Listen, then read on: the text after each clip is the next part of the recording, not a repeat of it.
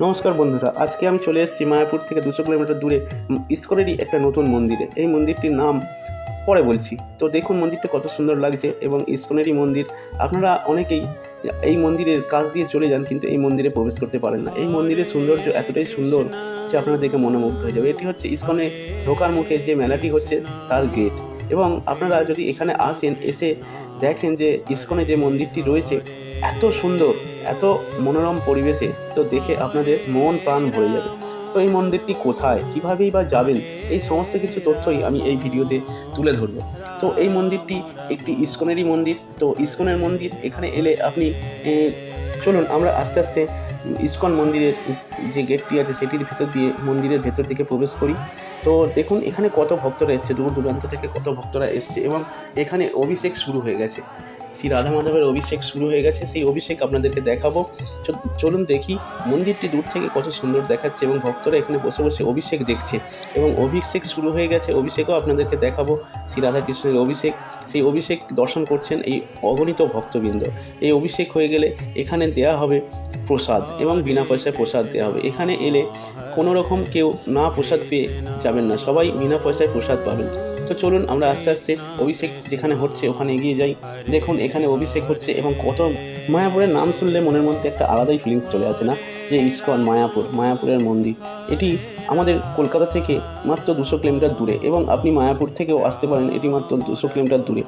এবং আপনি কলকাতা শিয়ালদা থেকে এই মন্দিরে যেতে পারবেন এবং কলকাতা শিয়ালদা থেকে একটি মাত্র ট্রেন ছাড়ে, সেটা হচ্ছে মা তারা এক্সপ্রেস, সকাল 7টায় ছাড়ে।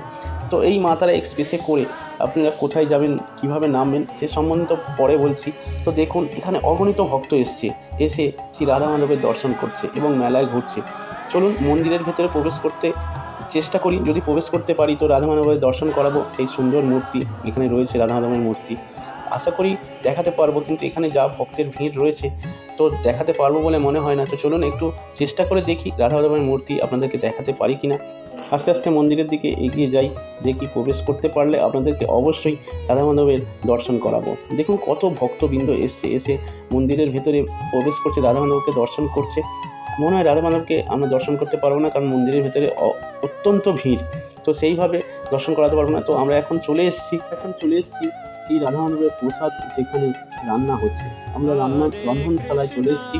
এখানে যত ভক্ত আছে সবার জন্য আজ ফ্রি প্রসাদ দেওয়া হবে, সেই প্রসাদই রান্না হচ্ছে এবং কত দূর দূরান্ত থেকে ভক্তরা এসছেন এবং সবাইকে প্রসাদ দেওয়া হবে। দেখুন প্রভুরা কত কষ্ট করে রান্না করছেন, খিচুড়ি প্রসাদ হচ্ছে। তো সকলের জন্য আজ খিচুড়ি প্রসাদ রান্না হচ্ছে এবং এই প্রসাদ সকলে পাবেন। দেখুন কত বড় জায়গায় কত পরিমাণে প্রসাদ তৈরি হচ্ছে, তাহলে কত মানুষ এই প্রসাদ পাবেন। দেখুন অগণিত ভক্ত, এরা ভগবানের যে অভিষেক হচ্ছে সেই অভিষেক দর্শন করছে। অভিষেক দর্শনের পর নাম সংকীর্তন হবে এবং সেই নাম সংকীর্তনের পরে আরতি হবে, আরতির পর ভোগ লাগানো হবে, তারপর সবাইকে প্রসাদ দেওয়া হবে।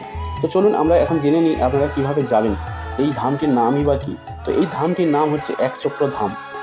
মায়াপুর থেকে 200 কিলোমিটার দূরে এবং কলকাতা থেকেও 200 কিলোমিটার দূরে। এই ধামটির নাম হচ্ছে একচক্র ধাম। তো আপনি যাবেন কিভাবে? আপনারা যদি কলকাতা থেকে যান তো কলকাতা শিয়ালদা থেকে একটি মাত্র ট্রেন ছাড়ে মা তারা এক্সপ্রেস সকাল 7টায়। তো এই মা তারা এক্সপ্রেসে আপনি সকাল 7টায় চেপে পড়লে আপনি নামবেন রামপুরহাটে এবং রামপুরহাটে নেমে যে কোনো অটো, টোটো বা বাসে উঠে বলবেন বীরচন্দ্রপুর যাব। একচক্র ধাম বললে কেউ চিনবে না, বলবেন বীরচন্দ্রপুর যাব। তো বীরচন্দ্রপুরে আপনি নেমে কাউকে জিজ্ঞাসা করবেন যে একচক্র ধাম বা মায়াপুরের মন্দির, বললে যে কেউ দেখিয়ে দেবে। তো এখানে এসে আপনি রাধাকৃষ্ণের দর্শন করতে পারেন। তো ভিডিওটি কেমন লাগলো আপনারা অবশ্যই একটু কমেন্টে জানাবেন। আমি আপনাদের জন্য এত কষ্ট করে এত দূর দূরান্ত থেকে ভিডিও বানাই। তো আপনারা এই ভিডিওতে দেখে একটা অন্তত কমেন্ট করবেন, হরে কৃষ্ণ, হরি বল, রাধা মাধব, যে কোনো একটি কমেন্ট করবেন এবং লাইক করবেন এবং অন্যকে দেখার সুযোগ করে দেবেন। দেখুন এখানে এখন যজ্ঞ চলছে, রাধা মাধবের যজ্ঞ চলছে। এই যজ্ঞ কত মানুষ, কত ভক্ত দর্শন করছেন। তো আশা করি এই ভিডিওটি আপনাদের ভালো লেগেছে এবং একটি লাইক করবেন এবং যদি না ভালো লেগে থাকে তাহলে ডিসলাইক অবশ্যই করবেন। এবং আপনারা যদি এই চ্যানেলটি সাবস্ক্রাইব এখনও না করে থাকেন প্লিজ একবার সাবস্ক্রাইব করে দেবেন এবং বেল আইকনটিকে ক্লিক করে দেবেন, যাতে এই ধরনের ভিডিও আপনাদেরকে আরও আমি নিয়ে আসতে পারি। হরে কৃষ্ণা হরে Krishna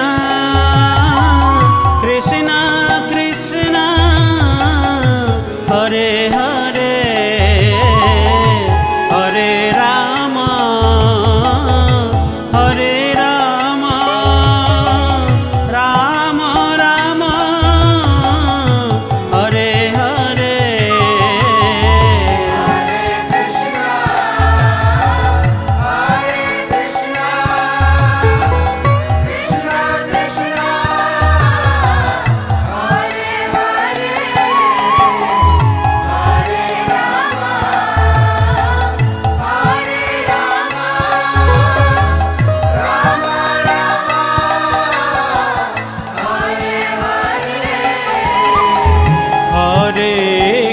Krishna, Hare Krishna, Krishna Krishna, Hare Hare, Hare Rama, Hare